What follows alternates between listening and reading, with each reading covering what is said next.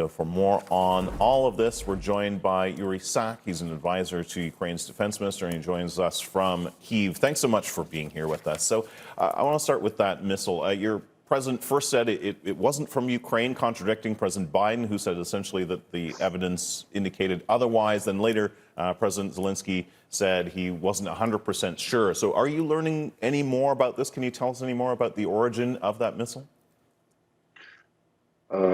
Hello, and thank you for inviting me. Well, yes, we have said pretty much immediately after this incident, tragic incident that happened, we have said that we welcome the investigation of this incident, and we were asking our Polish partners to allow access to Ukrainian experts to the site of this tragic incident. Yesterday, our experts have already arrived there, and together with the Polish experts and the US experts, they are now trying to establish what exactly has happened. And what we have to stress is something that has been already said by most leaders of the civilized world, that regardless of this, or the outcome of this investigation and examination, the ultimate responsibility for this incident is with Russia. And one of the issues that was of concern to many, of course, was it a deliberate attack by Russia on Poland or not?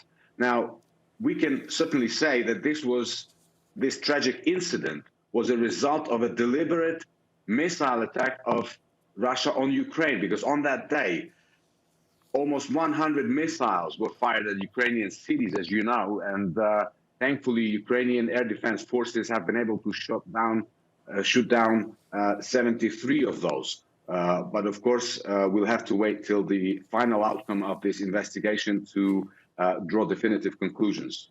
Can you tell me any more about that? So you're saying that the Ukrainian experts are actually on the ground right now. Can you tell us how they'll be conducting this and how long it might take?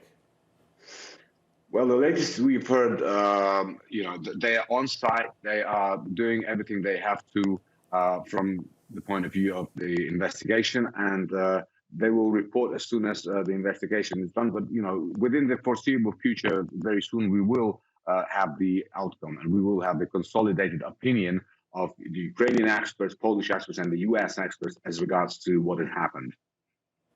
Yeah, ultimately, as you said, Ukraine and its allies agree that the blame for this lies with Russia because of its ongoing missile attacks, and many of those right now are targeting infrastructure and energy infrastructure in particular. So many people in Ukraine facing the cold without power. What more can Ukraine do, if anything, to protect its power grid? Of course, the priority number one for Ukraine in this respect is improving our air defense capabilities, and this is something that we rely on our international partners for. But I would like to stress this. These missile attacks, of course, they are awful and horrible, and they inflict a lot of damage on our energy infrastructure.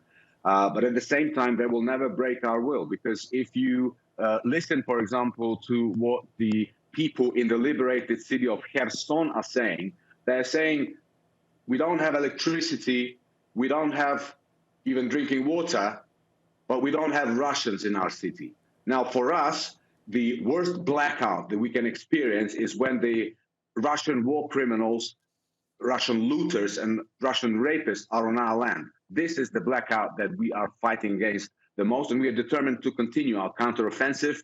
We are determined, regardless of the weather conditions and regardless of the attempts by the enemy to intimidate us with these missile attacks on our energy infrastructure, we will keep going, and we are confident that our partners will stand with us. Well, on that, here in the U.S., some far-right Republicans are promising to fight against Ukrainian aid. Now, there are only a few of them, admittedly, but they will have huge leverage with their party because they have such a thin majority in the House of Representatives coming up. So how concerned are you that key support from the U.S. may be in danger here? We have said before that the bipartisan support from the United States to Ukraine since the beginning of this large-scale invasion has been phenomenal. And of course, it has been instrumental in our efforts to defend our country and to expel the enemy. So we are hopeful that this will continue. We are hopeful because, this war is far from over.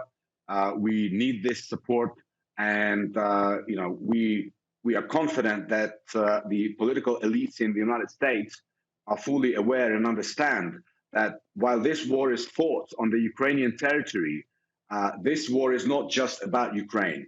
And everything that happens on our territory reverberates across the international community, as you have seen. Nuclear blackmail, food security crisis, energy blackmail of our European countries. So our partners, and first and foremost the US, of course, understand that this is a war which, has an impact on all of us, on the whole of international community. This is why we're confident that the support will continue.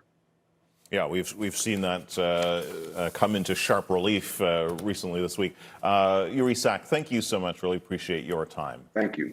Thank you so much. All right, you're